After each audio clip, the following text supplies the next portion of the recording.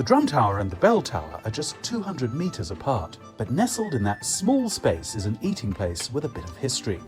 This place is pretty well known. It specialises in fried liver, and it was once, believe it or not, graced by the presence of the current president, Joe Biden. I'm not sure if Biden walked along this street, but I think it's the best route to approach the bell tower. After first filling up on fried liver, warming in winter or packed with energy for the summer, you can stroll gently to the tower, soaking in the sights of the city. By the time you've climbed the tower, you'll feel like you've worked off the fried liver and can calmly take in the courtyard houses of old Beijing and have an emperor's eye view of Central Axis life and culture. After coming down again, you can wander around South Luogu Lane or Yandaixie Street. If you're in Beijing for the first time and don't know where to go, then there's nothing better than taking a stroll around the Central Axis like me. There are ancient sites, narrow lanes with courtyard houses, bars and delicious food. Of course, there are also so many other aspects of Beijing to delve into. As I chatted away, we've already reached the foot of the tower. To avoid standing there not knowing what to look at when I get up, I've done a bit of research. However, before starting to climb up, I'd better find a study partner to help me do a spot of revision. That young chap looks pretty friendly. Yes, you. Okay, so now we're at the Bell Tower, which was built back in the 13th century during the Yuan dynasty. Back then, it didn't look like it looks now. It was made completely of wood. But because it was the tallest building along the central axis, whenever there was a thunderstorm, it was always being struck by lightning. It was constantly being burnt down until the Qianlong emperor in the Qing dynasty had had enough. And he said, we've got to build this out of something that won't burn down. And so here we have it, one of the few stone buildings along the central axis. It's called the Bell Tower, of course, because it has a massive bell inside. And I have a young friend with me today who's going to tell me all about it. So what was the bell for? It's for tell time. Really? And how did they tell the time? In Qing Dynasty, beat the drums, they ring the bell. Ring the bell. And how often did they ring the bell and beat the drum? Twice. Once was between 7 and 9 p.m. Once was between 3 and 5 a.m. The bell tower and the drum tower look very different, don't they?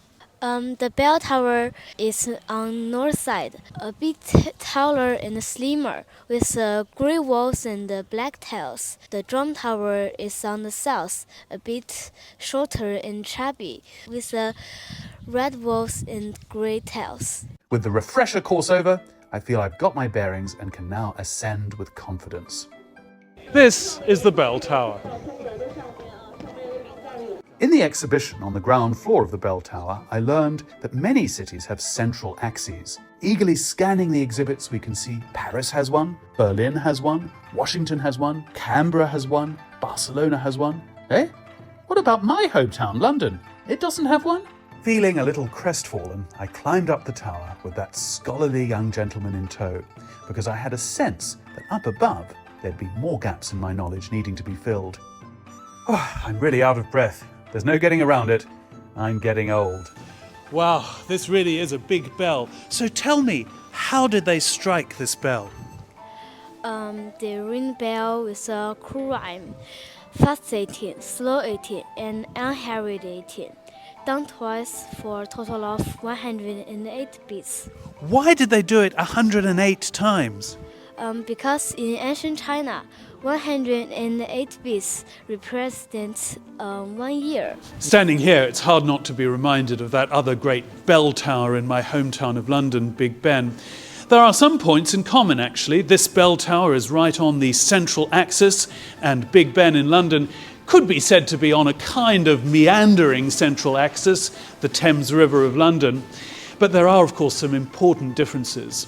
This bell used to strike once in the morning and once in the evening, whereas Big Ben strikes every quarter. But a more important difference, I think, is where you look at how these two bell towers are situated. Big Ben is right there next to the Parliament building, where all those politicians and lords and dukes go and meet and talk about the great affairs of state. But the bell tower here is situated right in the heart of old Beijing. And as you can see, all of the courtyard buildings and all of the traditional houses where old Beijingers have lived for centuries and still continue to live today.